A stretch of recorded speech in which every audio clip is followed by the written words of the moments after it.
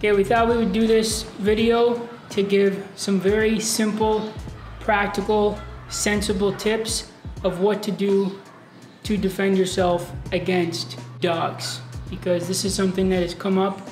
People have asked us. There's a lot of stray dogs around. Sometimes people don't have their dogs contained, and it can be a potentially dangerous situation. Also, recently in the news, we saw a clip of a woman who was at the beach with her small dog, and a larger dog came running at them.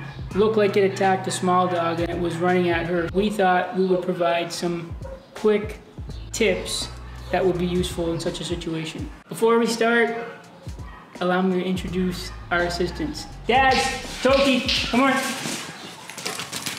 Sit down. Stay. Toki, sit down. Good girl.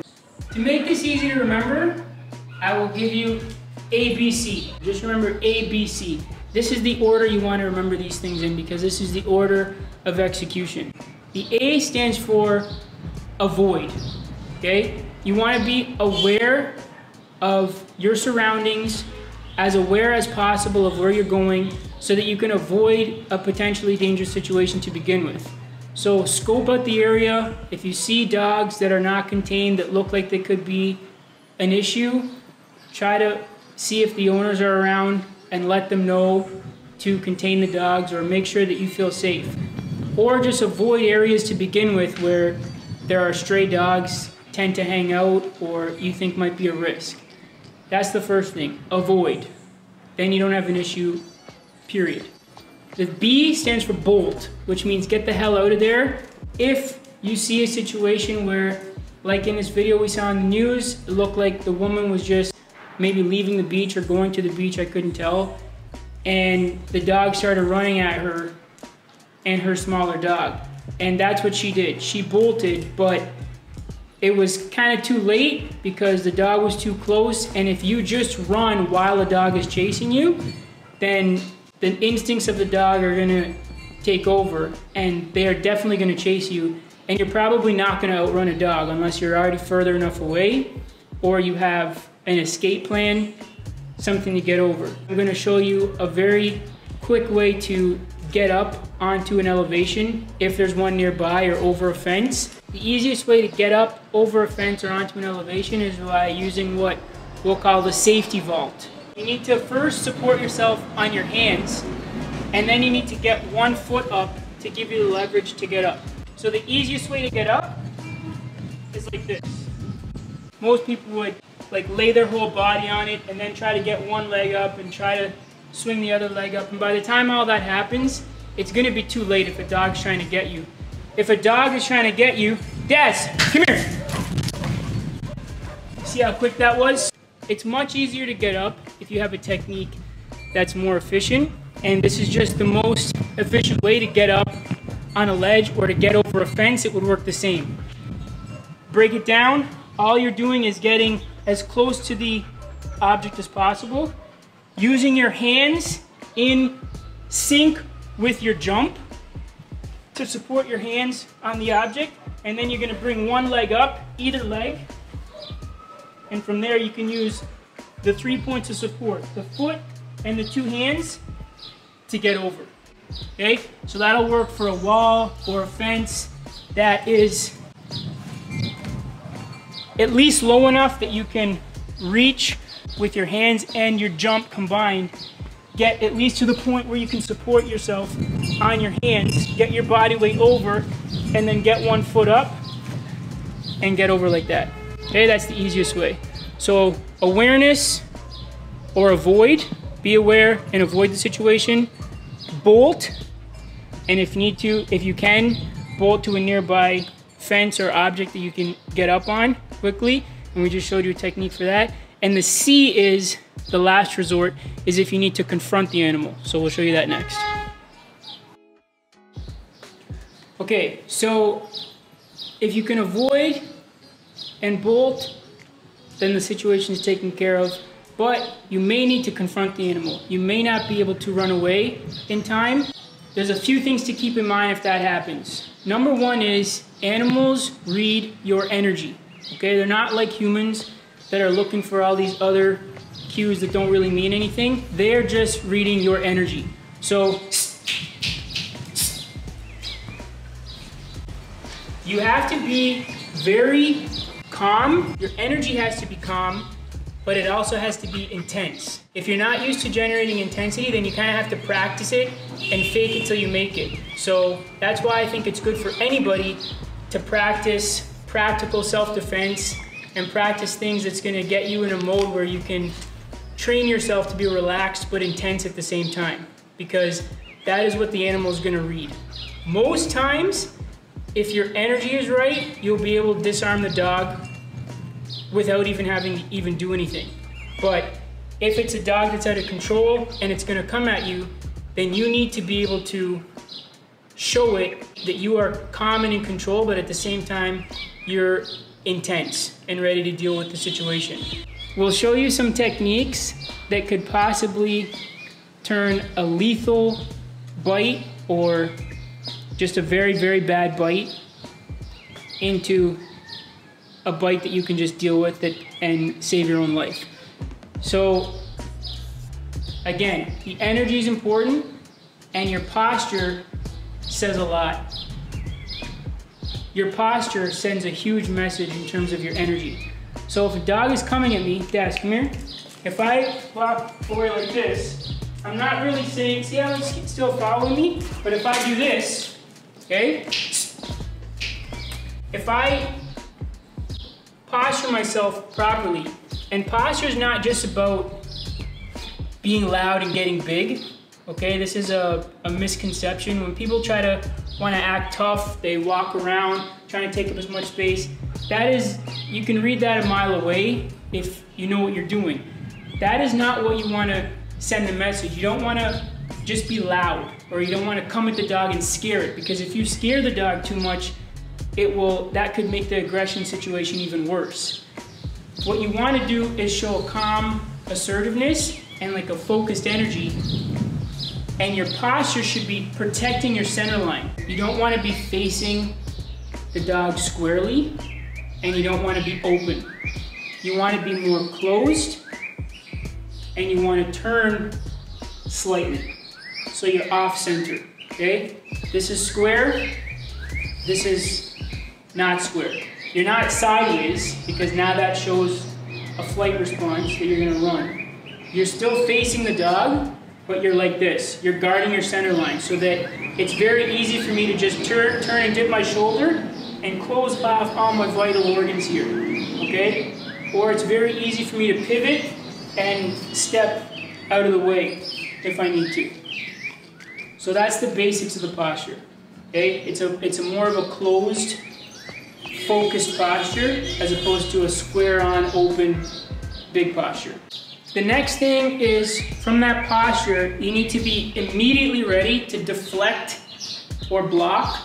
And the two most practical ways to do that in a situation like that, again, you may not be able to avoid getting bitten, but you want to make sure that the bite, instead of happening at your throat or somewhere in your stomach or near your vital organ, you want to make sure that the bite happens in a safer spot, your forearm, okay? So the safest way to block is what we'll call a cross guard, which is essentially just this. If I throw something at you, you're probably gonna do something like this anyway. So that's the cross guard defense. So you're gonna do this. The only adjustment I would make to that is make a fist when you do it instead of open hands. Because if you get a bite mark in an open hand, that could be really severe, and that could disable you from being able to use your hands afterwards, where you may need to get away or to take the next action. So make a fist, and when you do the cross guard, one hand goes down across the front of the body towards the hip, and the other one just goes on your shoulder like this. Okay, so if you just do that, you're gonna be, and then tuck your chin, your face is protected. Okay, so just quickly like this. While the cross guard is effective and could potentially save your life, it's not enough in itself. You also have to be prepared to deliver some kind of a strike or attack to get the dog to back off. When you're here, you make a tight fist and you use this part of your fist, you stay in compact, and you can deliver quite an effective blow that way. What is even more effective is if you can learn a simple push kick. A push kick is very effective for keeping distance between you and an attacker, okay? I'll show you how effective it is, even just with my dog right now. Des, come here, up! So I can put my foot to hold him off into his body. Don't put it at his face because he can just bite your foot. But as he's coming in, he has to lunge at you like this. So you go for somewhere here, and you just drive your knee up.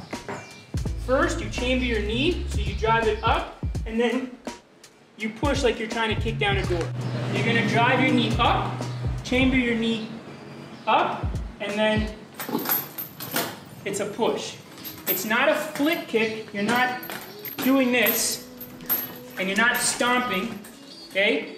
You need to get your knee up, which also defends you. Daz, come here. Up, up. The knee also defends you. You see that? The knee also defends you. And from there, you can fend him off with the push kick. So it's more of a push. It's not a snap kick or a flick kick. So you're gonna drive your knee up and then push like you're trying to kick down a door.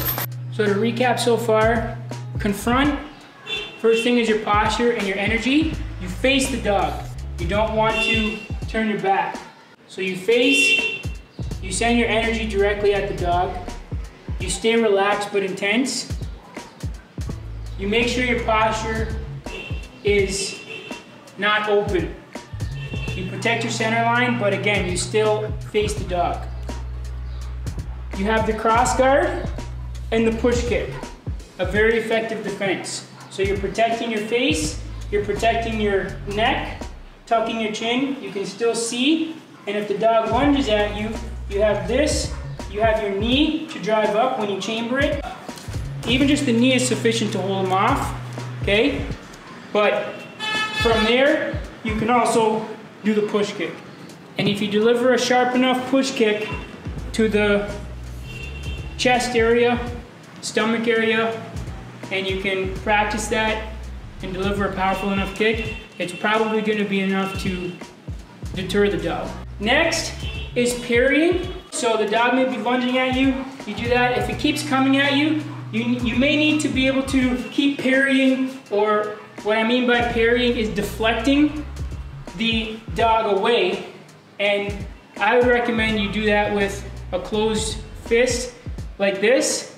But for the purpose of demonstration, because I don't want to injure my assistant, I'm just going to do it with an open palm. Okay? Good boy. Come here.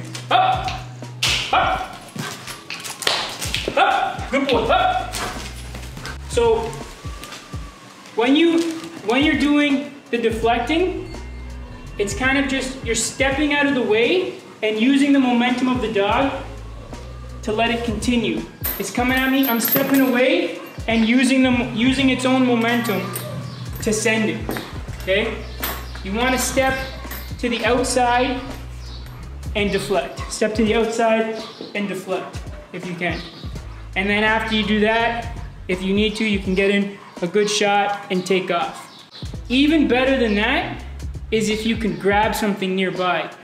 A simple stick, the godfather of all weapons. If you have something like a broomstick or something this length that's a bit longer, then I like to hold it like this because you can maintain your stance, your proper posture where you're closing off the center line. One hand like this and one hand like this, just like if you were sweeping. And from here you can deliver very powerful shots just by simply flicking it like that. That is a very, very devastating blow. If you just like that, that's a devastating blow. You can also, we call, it's like a jab.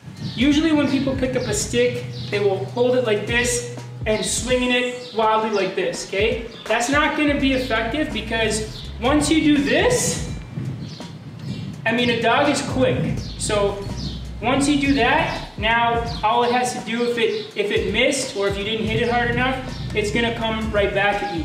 But if I'm like this, Daz, come here boy, good boy. If I'm like this, I'm always in control. I don't have to do any wild swings. All I need to do is that, okay? I can come around, and very little subtle movements can deliver enough power to keep somebody off or keep a dog off.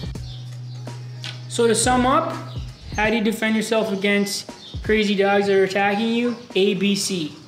Avoid is the first thing. Have awareness, scope out the situation. Try not to put yourself in a situation where you're gonna be at risk.